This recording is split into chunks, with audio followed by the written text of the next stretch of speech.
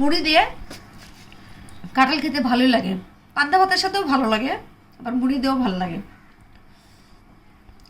আপনারা খেয়ে দেখবেন মুড়ি দিয়ে।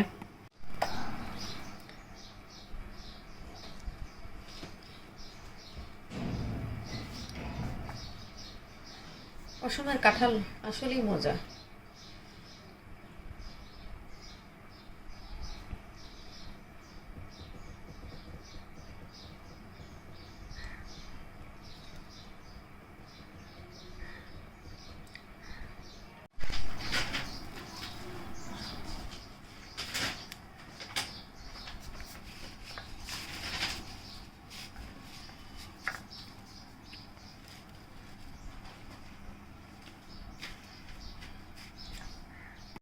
আসসালামু আলাইকুম।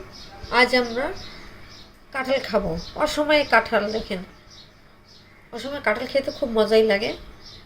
এখনও গাছে কাঁঠাল ভালো করে পাকেনি, ছোট ছোট হয়ে আছে।